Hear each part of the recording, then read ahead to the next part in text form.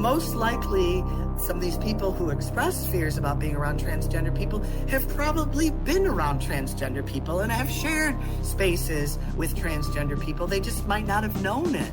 It was somebody from Washington, D.C. who had never spoken to me.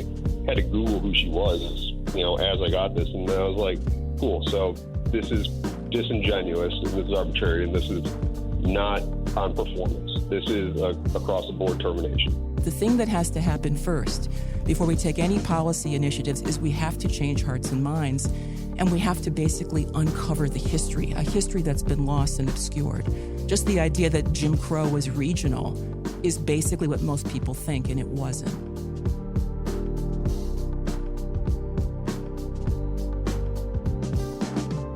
Welcome back to the Metro on 1019 WDET FM. I'm Tia Graham.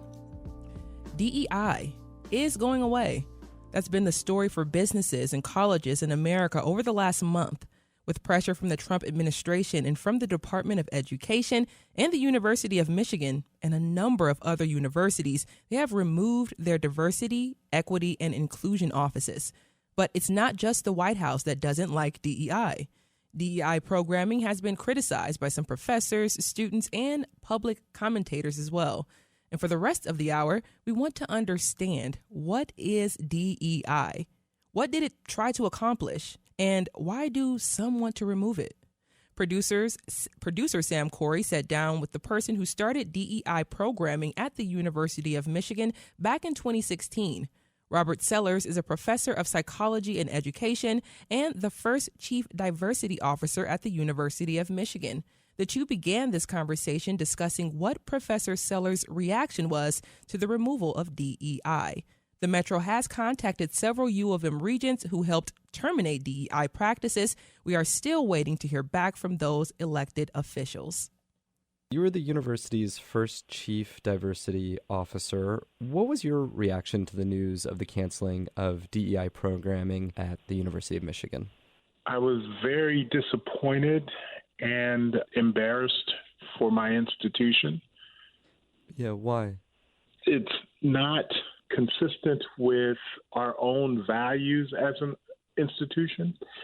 Part of our work with respect to diversity, equity, and inclusion was to make those concepts be a part of who we are as an institution. We spent a lot of time talking about what we meant by diversity, what we meant by equity, and what we meant by inclusion. Why do you think the removal of DEI is happening now? There are a lot of different reasons, whether it's at the national level or at the university.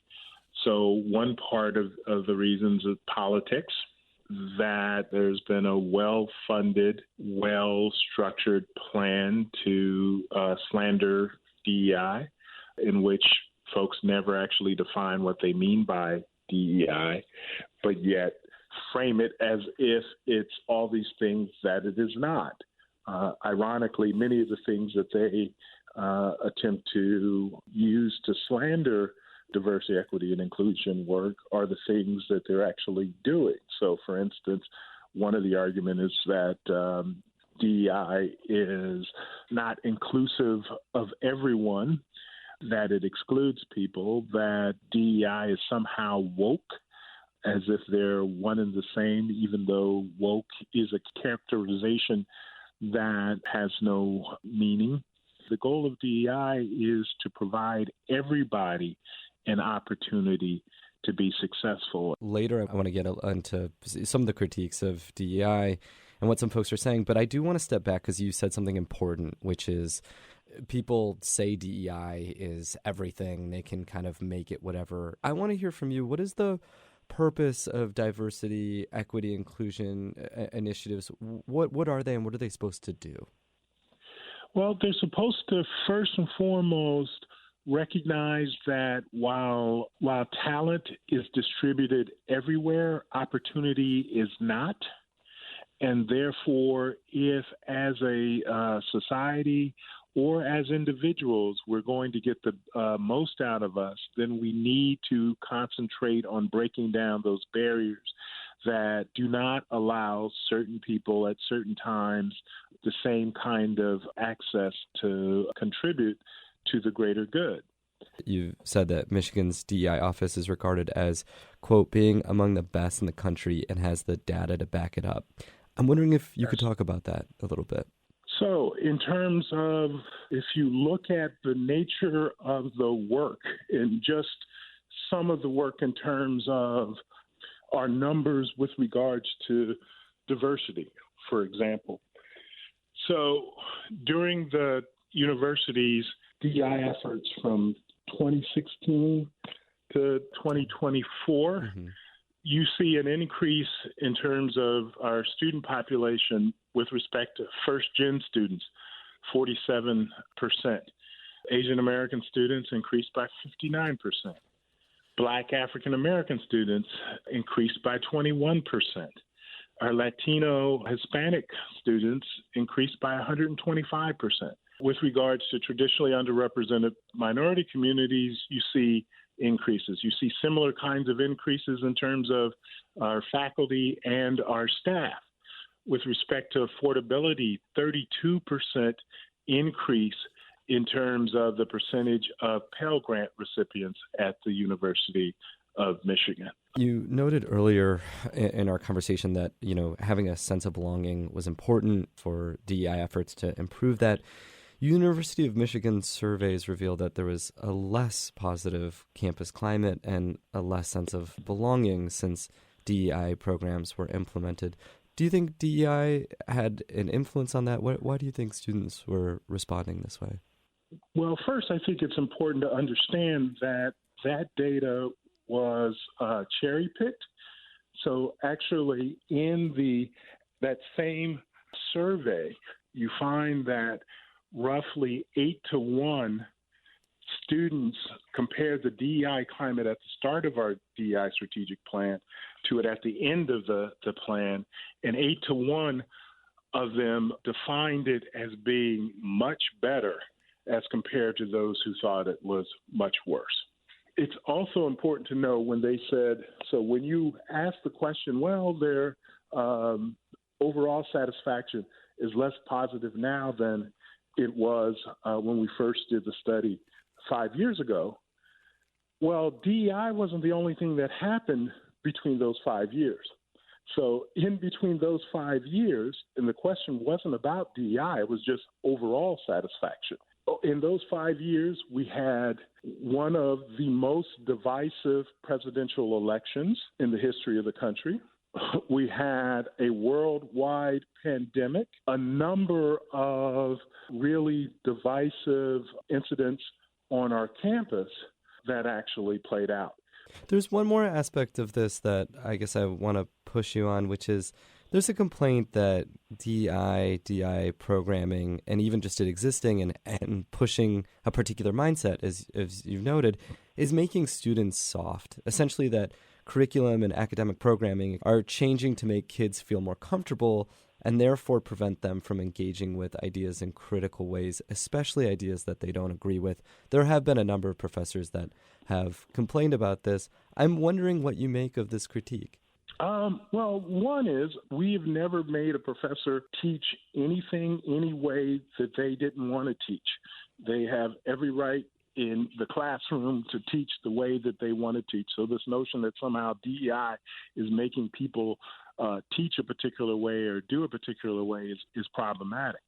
It's interesting that this particular argument gets raised in the way that it does. So I've been around long enough and in the chief diversity officer position long enough that I remember when students were upset about statements that they perceived to be racist on campus occurring, and certain members of the board saying they need to toughen up, they need to be strong. And then those exact same individuals were now complaining about protests that they felt were somehow damaging students' that they seem to they were care making about students more feel bad. otherwise. Yeah, they're making students feel bad. Right. Mm-hmm, mm-hmm.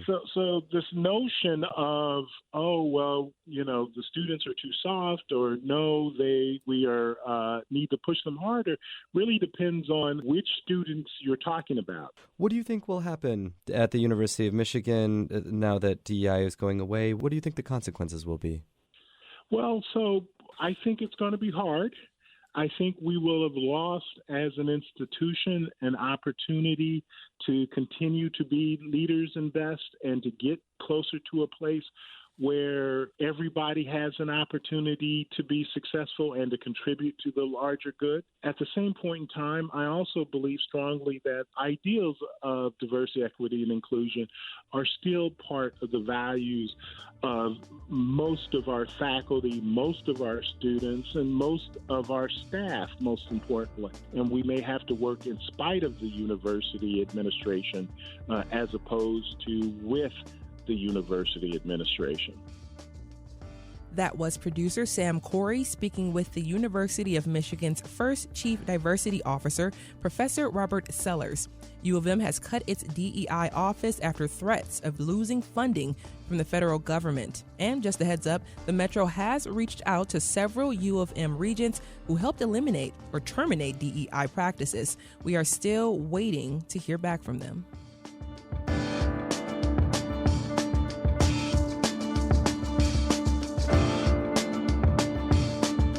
Coming up, we'll continue talking about DEI from someone who has worked as a diversity consultant in both business and college settings. Stay right there on the Metro. We will be right back.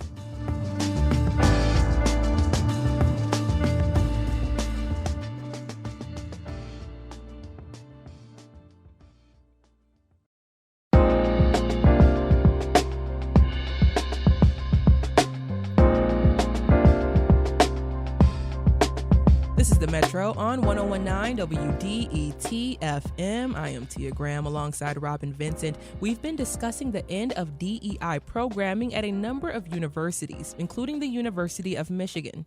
DEI programs are being terminated in this state and across the country. Some people say DEI makes students too soft and prevents them from interacting with conservative ideas that they don't like. Others believe DEI programs create inclusive environments that help level the playing field. And last week, producer Sam Corey sat down with Rutgers professor and diversity consultant Stacey Hawkins. They spoke about what DEI is, the criticisms leveled against it, and why she believes universities and workplaces are making a mistake. And just a heads up, the Metro has reached out to several University of Michigan regents who helped usher in the end of DEI practices and programming. We are still waiting to hear back from those statewide elected officials. This is a time when diversity and the idea of it is really under attack, which is not a wholly new thing in this country, but we're certainly experiencing a wave of it now.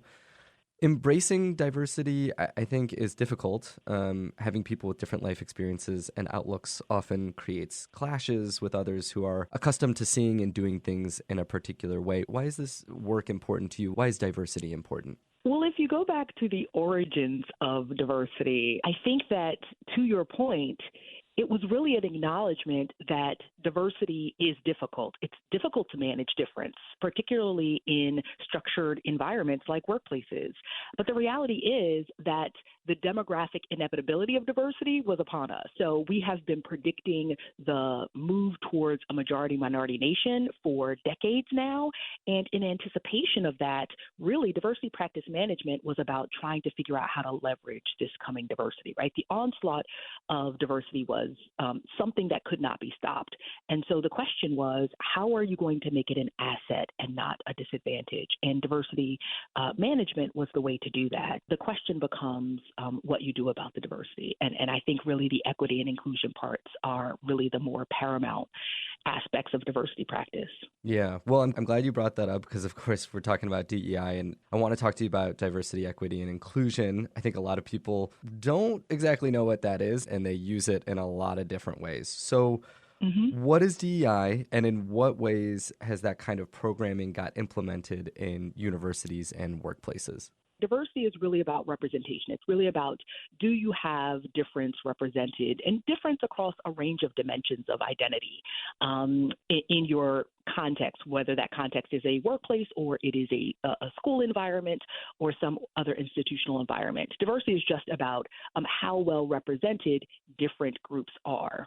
Equity then asks, notwithstanding people's presence, do they have equal opportunities to kind of succeed? And so one of the things that we see often is that because this demographic reality is recent, we have a lot of diversity at entry levels. But then people get stuck, right, in terms of advancing their career and really succeeding up the corporate or other professional ladders. And so that's what equity is about, making sure that once you bring people in, you're giving people equal opportunities to really succeed in your context. And then inclusion is part of that project of leveraging diversity, making sure that you're getting the benefits of diversity. And there's lots of literature on all of the benefits of diversity, from innovation to problem solving to being more responsive to diverse markets. All of that requires that you really allow people to contribute their diverse perspectives and experiences in the workplace, right? So oftentimes we can talk about an institutional culture, and you might bring different kinds of people in, but you then might expect all of those people to behave similarly, right? That's antithetical to diversity. It's certainly antithetical to inclusion. Inclusion is about not just bringing people in, but letting people express who they are, because we believe that those differences are actually going to contribute something meaningful to our institutional context. Considering that there's a lot of inequality in this country, and considering that it's across race and class, which oftentimes are associated together, and then gender, what can DEI programs specifically do to level the playing field a little bit? Because there's a lot that DEI is working against. It's not as if we have repaired a lot of the structural inequalities that exist in this country. That's absolutely true. And so opportunities are not necessarily equally distributed across the society. And so I think that in the first instance, diversity, it's not an inevitability in any given context, at least not a kind of deliberate diversity. And so one of the things that we know is that if you kind of just randomly select for people, then you are going to get a random assortment. But if what you want, right, is a consciously diverse array of individuals, then you have to specifically select for that. And sometimes, right, because of existing social inequities and past discrimination, it might require us to think differently, right, about how we select for people. When you're doing admissions, we know it is the case that a lot of minorities, particularly Black and Hispanic students, they attend less well-resourced schools where they don't have access to more rigorous curricula like AP and honors classes. That means if one of the things that you're looking for at admissions is how rigorous a course load a person has, or even if you're looking at GPA, which gets weighted, right, by AP and honors courses, then you might be disadvantaging people who don't have access to that. That doesn't mean that those people are not equally qualified. That doesn't mean that those people are not equally smart and will not succeed in your context. But if your measure is we're looking at the rigor of your curriculum and we're looking at your GPA, those things are going to advantage people based on structural inequalities, right? So diversity says, how do we think about the selection process in ways that acknowledge that, right? And in ways that allow us to identify people who are going to be valuable contributors, notwithstanding whatever structural disadvantages they've experienced.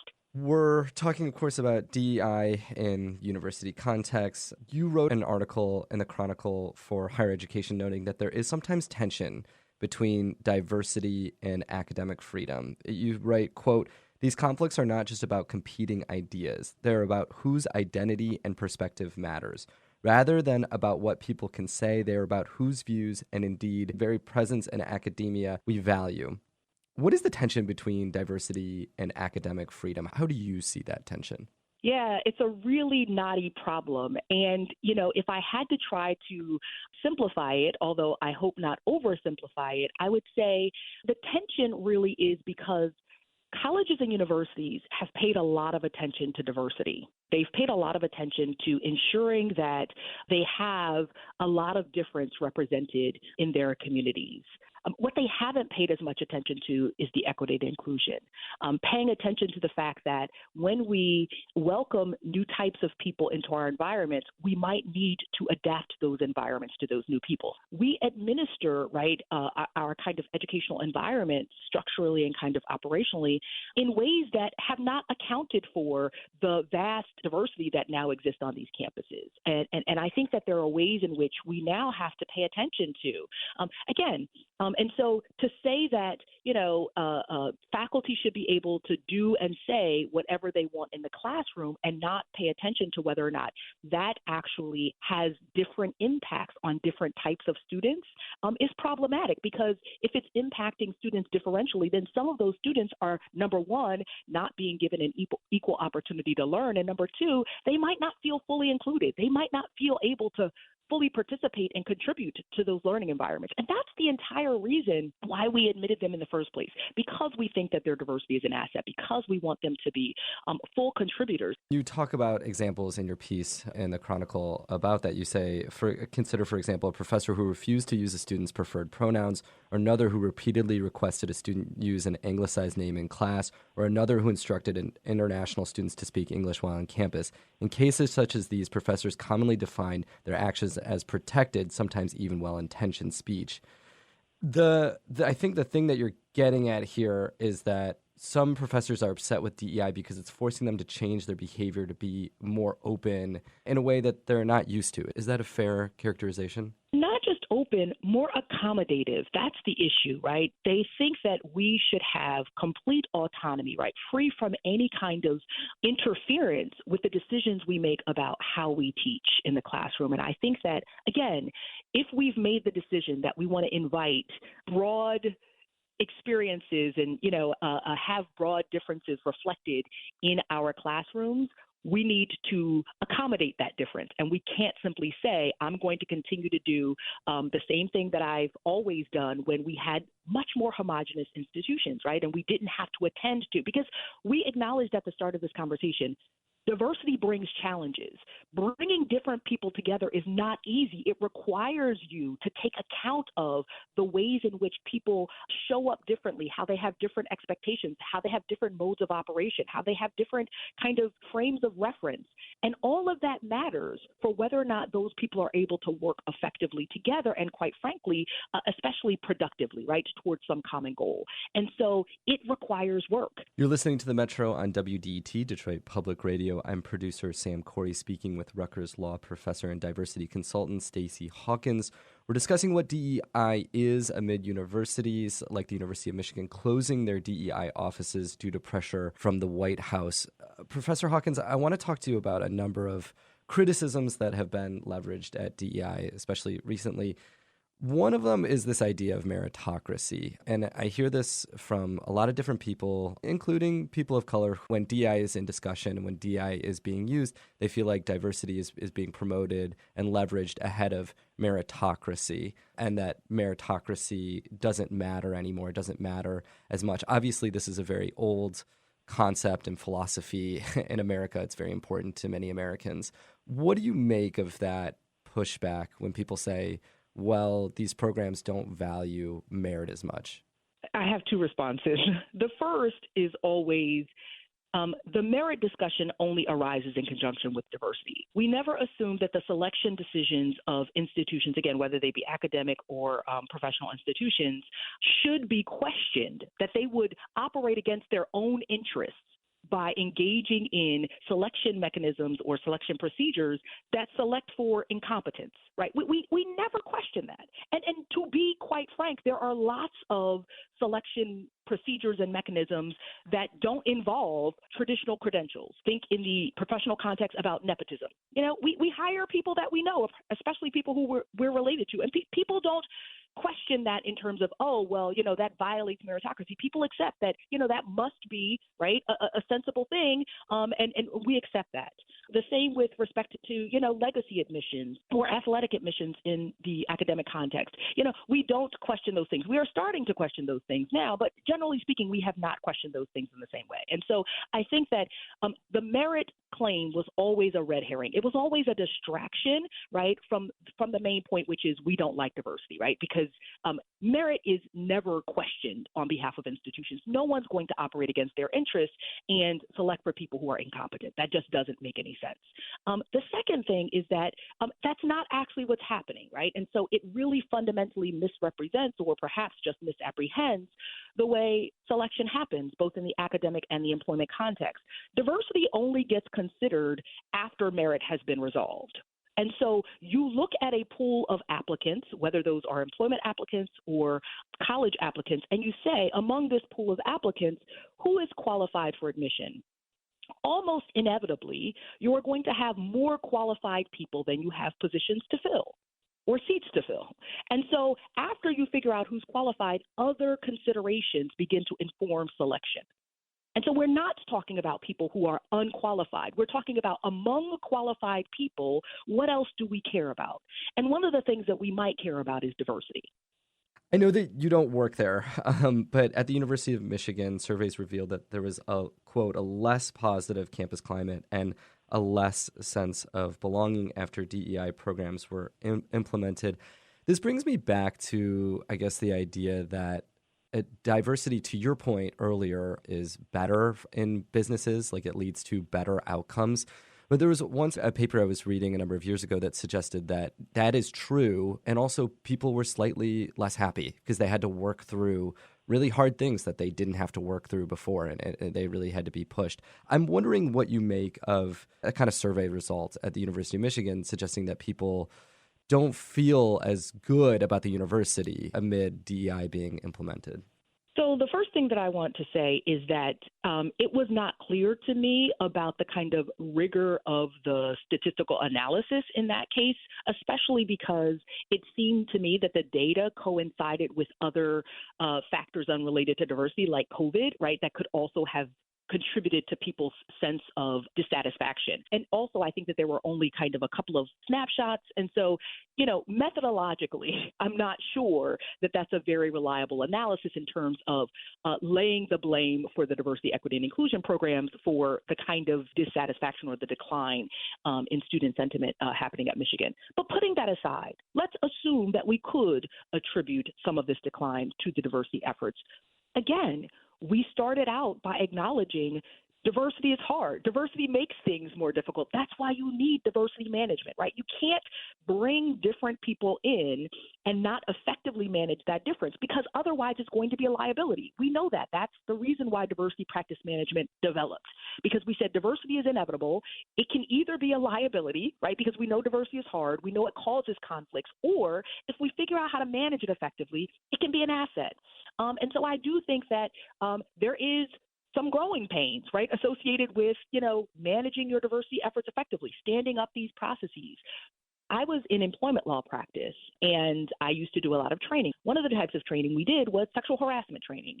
And data shows that after sexual harassment training, complaints of sexual harassment actually go up, right? When you raise an issue to people's attention, inevitably, you're going to make that issue more salient. You're going to have to deal with that issue more because now you've set people's expectation. Hey, now I know this is the problematic behavior. Now I know this is what I can expect. And so the reality is you're not creating problems. You're uncovering problems that already existed, and you're providing an opportunity to manage through those problems effectively.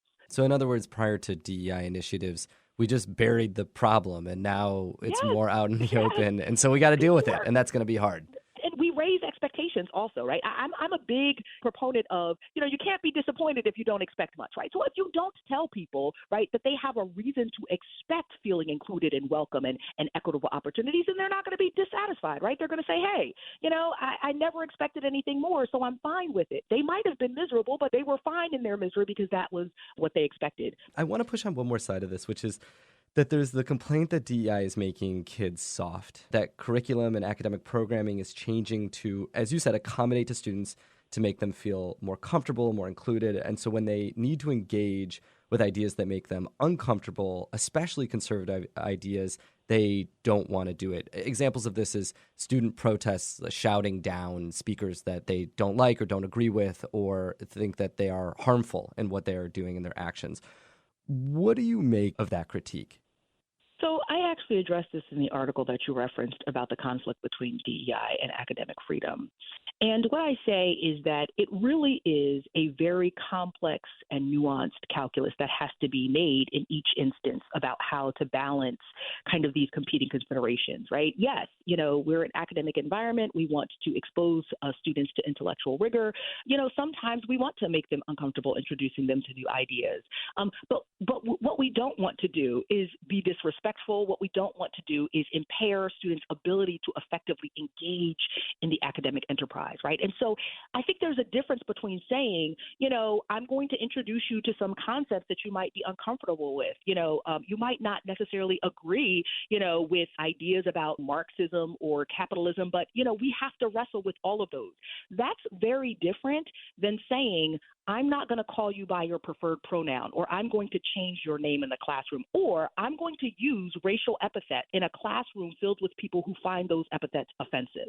I think that those are qualitatively very, very different expectations.